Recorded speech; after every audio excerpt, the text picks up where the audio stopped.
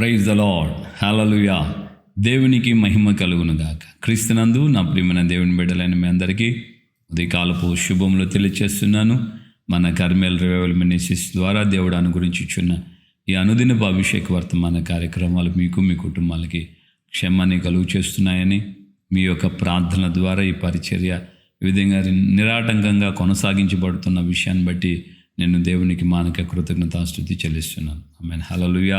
నా ప్రియమైన దేవుని బిడ్డలారా, మరి ఈ యొక్క ఉదయకాలం మందు దేవుని యొక్క లేఖనాల నుండి ఒక మాటను మనం ధ్యానించుకుందాం. దావీదుడు పౌలు గారు ఫిలిప్పీలకి రాసిన పత్రికలో ఆయన మాట అంటాడు. మొదటి అధ్యాయంలోనే మనం గమనించినప్పుడు ఆయన ఈ యొక్క వచనాల్ని మాట్లాడుతున్నాడు. మీలో సువార్త మీరు విన్న తర్వాత, సువార్త వినిది మొదలుకొని అప్పటి నుండి మీలో కార్యం ఒకటి ప్రారంభమైంది. ఆ కార్యము ప్రారంభించింది దేవుడే. మీలో ఈ సత్క్రియను ప్రారంభించినటువంటి దేవుడు యేసుక్రీస్తు యొక్క రాకడ పర్యంతం, అంటే ఆయన మరలా తిరిగి రెండవసారి భూమి మీదకి రాబోతున్నారు. ఆయన రాకడ పర్యంతం ఈ కార్యాన్ని ఆయన కొనసాగిస్తాడని నేను రూఢిగా దేవుని నమ్ముతున్నాను, విశ్వసిస్తున్నాను. మీ నిమిత్తమైన నేను దేవునికి మానక కృతజ్ఞతాస్తుతి చెల్లిస్తున్నాను అంటున్నాడు. ఒక దావీదుకు ఉన్నటువంటి కాన్ఫిడెన్స్ చూడండి. మీలో ఈ సత్క్రియను ప్రారంభించినటువంటి ఆ దేవుడే ఆయన కుమారుడైన యేసుక్రీస్తు యొక్క రాకడ పర్యంతం ఇది కంటిన్యూగా కొనసాగించబడుతూ ఉంటుందని నేను నమ్ముతున్నానని. దేవుని బిడ్డలారా, నిజమే. దేవుడు ఏ పనిని ప్రారంభించినా ఆ పని ఆయన సమస్తం అది ముగించేంత వరకు ఆయన విశ్రమించుడు. సో మనం సృష్టి ప్రారంభాన్ని గమనించినప్పుడు ఆదికాండం మొదటి అధ్యాయము మనం గమనించినప్పుడు మొదటి అధ్యాయము రెండో అధ్యాయం ప్రారంభం వరకు మనం చూస్తాం. మొదటి దినమున దేవుడు ప్రారంభించినటువంటి ఆ యొక్క కార్యము 7వ రోజున ఆయన విశ్రమించేంత వరకు ఆయన పని చేస్తూనే ఉన్నట్లుగా మనం చూస్తున్నాం. అంటే దేవుడు తను తలపెట్టిన పనిని సంపూర్తిగా చేసిన తర్వాతనే ఆయన విశ్రమిస్తాడు. దేవుని బిడ్డలారా, అలాగే మన వ్యక్తిగత జీవితంలో మనం గుర్తించాల్సినటువంటి మాట ఏంటంటే, మనలో దైవ సంబంధమైన క్రియలు ఏమైతే దేవుని ద్వారా ప్రారంభించబడ్డాయో, ఎగ్జాంపుల్ రక్షణ భాగ్యం, పరిశుద్ధమైన జీవితం, సహవాసము, దేవునిలో వృద్ధి చెందటం, ఇవన్నీ ఆయన ప్రారంభించాడు. ఆయన ద్వారానే ప్రారంభమైంది. యేసు ప్రభు అని, యేసు క్రీస్తు అని దేవుని ఆత్మ ద్వారానే ఒకడు ఒప్పుకోగలడని కొరింథీ పత్రికలో దావీదు పౌలే రాస్తున్నారు. సో అలాంటి పరిస్థితుల్లో యేసు ప్రభువుని ఒప్పుకోవడానికి దేవుని ఆత్మ మనలో క్రియ చేయటం ద్వారానే ఈ సత్క్రియ ప్రారంభమైంది. సో నీ పరిశుద్ధమైన జీవితం, నీ దైవభక్తి కలిగిన జీవితం, నీ యొక్క సంఘ సహవాస క్రమము, ఈ అభివృద్ధి, ఇవన్నీ కూడా ఇటు ఆరోగ్యపరంగాను, ఆర్థిక పరంగాను, భూ సంబంధమైనవిను, పర సంబంధమైనవి, ఇవి రెండు కూడా దేవుడే ప్రారంభించాడు. దేవుడే మనలో ప్రారంభించినటువంటి ఈ కార్యములను ఆయన రాకడ పర్యంతం, ఆయన రావటం అంటే, యేసయ్య తిరిగి రావటం అంటే దేవుని పని ఈ భూ సంబంధమైనగా మన విషయంలో ఆయన యొక్క చిత్తం సంపూర్తి అవుతుంది. సో ఆయన వచ్చినప్పుడు ఆయనే చెప్పాడు కదా, యేసయ్య చెప్పాడు కదా, నేనుండు స్థలములో మీరు ఉండేటట్లుగా నేను వచ్చి మిమ్మల్ని తీసుకుని వెళ్తానని ఆయన ఇచ్చిన శుభ వాగ్దానం. సో ఆ శుభ వాగ్దానం ఆయన వచ్చేంత వరకు మన జీవితంలో దేవుడు ప్రారంభించిన కార్యాలు కంటిన్యూగా కొనసాగించబడుతూనే ఉంటాయి. మధ్యలో ఆటంకాలు, పోరాటాలు రావా అని అంటే వస్తాయి. ఎగ్జాంపుల్గా మనం గమనించినప్పుడు దేవుడు ప్రేరేపించాడు. దేవుని యొక్క సన్నిధిలో నెహెమ్యా కూడా ఆ యొక్క యెరూషలేమును గురించి, మందిరాన్ని గురించి ఆయన బాధపడ్డాడు, ఉపవాసాలు ఉన్నాడు, దేవుని సన్నిధిలో కన్నీళ్లు కార్చాడు. రాజు కూడా ఈయనకి సెలవు ఇచ్చాడు. రాజు సెలవుతో ఈయన వెళ్ళి దేవుని మందిరం పనులన్నీ పాడైపోయినవన్నీ బాగు చేయడానికి ప్రయత్నం చేశాడు. సన్బలట్టు, టోబియా అని వారు ఎదురయ్యారు.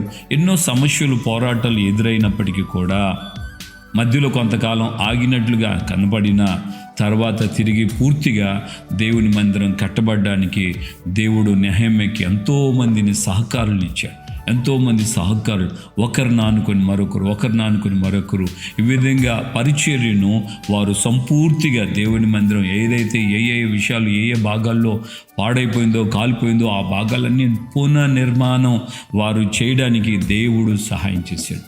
ఈ యొక్క ఉదయకాలం ముందు నీ వ్యక్తిగత జీవితంలో నీకు అటు ఆధ్యాత్మికంగాని ఇటు శారీరకంగాని అన్ని విషయాల్లో దేవుడు నీలో ప్రారంభించిన ఆ సత్క్రియలు, ఆ మంచి కార్యాలు ఆయన రాకడ పర్యంతం కొనసాగిస్తాడని రూఢిగా నువ్వు కూడా విశ్వసించినట్లయితే నెహెమ్యా వలె నువ్వు ప్రార్థన చేయి. దేవుని అడుగు. ఆదికాండం 1వ అధ్యాయం 2వ అధ్యాయము ప్రారంభం వరకు 7 దినాలు పనులు ఏ విధంగా చేసి మీరు విశ్రమించారో ఆ విధంగానే నా జీవితంలో కూడా మీ ద్వారా ప్రారంభమైనటువంటి ఈ పరిశుద్ధమైన మార్గం, ఈ పరిశుద్ధమైనటువంటి ఆలోచన, పరిశుద్ధమైన జీవితం, పరిశుద్ధమైనటువంటి సహవాసం, ఇవన్నీ కూడా మీరు ఆకడ పర్యంతం నాలో ఈ విధంగా కొనసాగించడానికి సహాయము చేయండి. మీ ద్వారానే సంపూర్తి కావడానికి కృపనివ్వండి ప్రభువా అని మనం దేవుని ప్రార్థన చేస్తే నిశ్చయముగా నువ్వు ఏ స్థితిలో ఉన్నా సరే, ఏ బాధలో ఉన్నా, ఏ యొక్క పరిస్థితిలో నువ్వు కృంగిపోయి ఉన్నా దేవుడు తప్పక నిన్ను లేవనెత్తి నీలో ఆయన కార్యాలు ఏమైతే ప్రారంభమయ్యాయో వాటన్నిటిని ఆయన మళ్ళా తీసుకొస్తాడు. వాటన్నిటిని ఆయన ముగింపు జరిగేటట్లుగా, ఆ మహిమ కార్యము జరిగేటట్లుగా ప్రభు నీకు సహాయం చేస్తాడు. సహోదరుడా, సహోదరి, ఒకవేళ నువ్వు కృంగిపోయి ఉన్నావా, పడిపోయి ఉన్నావా, తొట్టుపడ్డావా, ఒకవేళ వెనకడిగేసావా,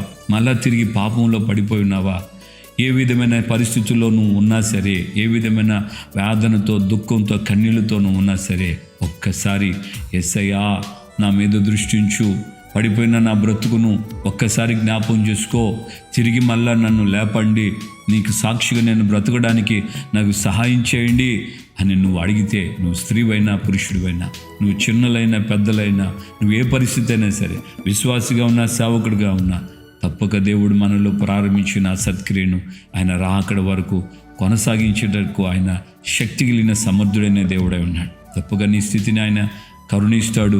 పడిపోయిన నీ స్థితిని అలాగే ఆయన వదిలిపెట్టి వెళ్ళిపోయేవాడు కాదు. చిన్న ఎగ్జాంపుల్ చూడండి. యెరూషలేము అనేది దేవునితో ఉన్న సహవాసం, అనుబంధం. కానీ ఎరుకు అనేది శపితమైన అనుభవం. దిగజారి వెళ్ళిపోతున్న యెరూషలేము నుండి ఎరుకోకు వెళ్ళిపోతున్నాడు. దిగి వెళ్ళొచ్చు ఉండెను అని రాయబడి, దిగి వెళ్ళొచ్చు ఉండెను. స్టెప్ బై స్టెప్ అది యెరూషలేము ఉన్నతమైన పరిస్థితిలో ఆ స్థానంలో ఉంటే ఎరుకో అట్టడుగు స్థితిలో. అందుకే నేను దిగి వెళ్ళొచ్చు అని రాయబడి. నేను కూడా ఆయన కృపను బట్టి దావీదు లేసన్ గారి ద్వారా నేను ఆ దేశాన్ని వెళ్ళి చూశాను. అక్కడ యెరూషలేము ఉన్నతమైనటువంటి స్థానంలో, ఒక ఎత్తైన మెట్ట స్థానంలో ఉంటుంది. ఎరుకు అనేది దిగి వెళుతూ వెళ్ళాలి. సో అలాంటి పరిస్థితిలో రాయబడిన మాట, యేసయ్య మాట అక్షర సంబంధంగా కూడా జియోగ్రఫికలీ ఇట్స్ నాట్ ఏ లై, అది అక్షర సత్యం. ఆ విధంగా దిగి వెళుతూ ఉన్నటువంటి సమయంలో ఆ పడిపోయినటువంటి వ్యక్తిని మంచి సమరయుడు చూచి వెళ్ళిపోలేదు. అందరిలాగా ఆయన పరామర్శించి అతని బాగు కట్టి, గాయాల మీద నూనె ద్రాక్షరసం పోసి పోటుకొల్లు వాని ఇంటికి చేర్చాడు. ఆ విధంగానే నిన్ను తప్పుగా దేవుడు మళ్ళా నువ్వు ఎక్కడ పడిపోయినా సరే, దేవుడు నిన్ను పడిపోయిన నీ జీవితాన్ని ఆయన తిరిగి లేపుతాడు. నిన్ను ఆయన ఎన్నడూ విడిచిపెట్టాడు. ప్రార్థనలు ఏకీభవించు. నువ్వు ఎక్కడున్నా సరే, ఏ పరిస్థితిలో ఉన్నా, నీ ఇంటి వాళ్ళైనా సరే, ఒకవేళ వెనకడిగేసినా దేవుని దగ్గర పశ్చాత్తాపడు. వారి నిమిత్తమే కూడా నువ్వు ప్రార్థన చేయి. నా కుమారుడు, నా కుమార్తె, లేక నా తల్లిదండ్రులు, నా సహోదరులు వెనకబడిపోయారయ్యా, అయితే వారిని కరుణించండి అని నువ్వు విజ్ఞాపన చేస్తే వారిని కూడా ఆయన కరుణిస్తాడు. తప్పకుండా దేవుడు వారి జీవితంలో ఆయన ప్రారంభించిన ఆ సత్క్రియ తిరిగి మరలా పునఃప్రారంభమై దేవునికి మహిమకరంగా ఆయన చేరుకునేటట్లుగా ప్రభు సహాయం చేస్తాడు. ప్రార్థన చేసుకుందామా. పరిశుద్ధుడైన మా ప్రియ పరలోకపు తండ్రి, మీ పాదాలు స్తోత్రాలు. ఈ ఉదయకాలమందునైనా మీ లేఖనాల ద్వారా మాకు మీరు ఇచ్చినటువంటి విశ్వాసము, ధైర్యము, నమ్మకము, నిరీక్షణను బట్టి మీకు స్తోత్రాలు.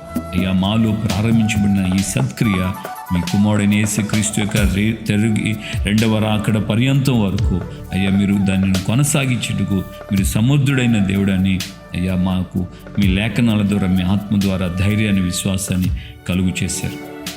అయ్యా, మాలో ఉన్నటువంటి ప్రతి ఒక్కొక్కరిని జ్ఞాపకం చేసుకోండి. ఒకవేళ ఎవరు ఏ స్థితిలో ఉన్నా, ఏ పరిస్థితిలో ఉన్నా సరే, దైవమే మీరు వారి మీద మీ యొక్క దయను, కనికరాన్ని, వాత్సల్యతను కనపరచండి.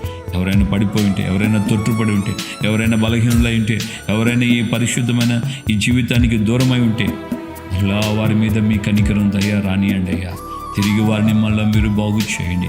వారి జీవితాల్లో ప్రారంభించబడినటువంటి ఆ యొక్క మీ సత్క్రియలు నాయన, పరిశుద్ధమైన జీవితం, భక్తి జీవితం తిరిగి ప్రారంభించబడి ప్రభా మీరు అక్కడ పర్యంతం నమ్మకమైన మీ సాక్షులుగా నూతన బలమును నూతన శక్తితో వారు మునుపటి కంటే అధికమైనటువంటి ఆ వైరాగ్యం ఆసక్తితో మీ యొక్క సన్నిధిలో జీవించుటకు సహాయం చేయండి. కృపయు కాపుదలు దయచేసి ఘనత మహిమ ప్రభావాలు మీరు మాత్రమే పొందమని ప్రార్థన చేస్తున్నాం. చాలిన దేవుడిగా ఉండి సహాయం చేయండి.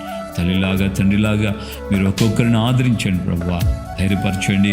తిరిగి మీ యొక్క సన్నిధిలో మీ అభిషేకంతో వారిని నిలబెట్టి మీ నామాన్ని కనపరచుకోమని యేసు పరిశుద్ధ నామంలో ప్రార్థన చేసి పొంది ఉన్నాము తండ్రి, ఆమేన్. మన ప్రభు అయిన యేసుక్రీస్తు కృపయు తండ్రి అయిన దేవుని ప్రేమ పరిశుద్ధాత్మిక అన్యోన్య సహవాసము సంబంధం ఇప్పుడు ఎల్లప్పుడూ సకల పరిశుద్ధులకి మనకును ప్రభు రాకడ పర్యంతం కృపతోడే ఉండి నడిపించుగాక.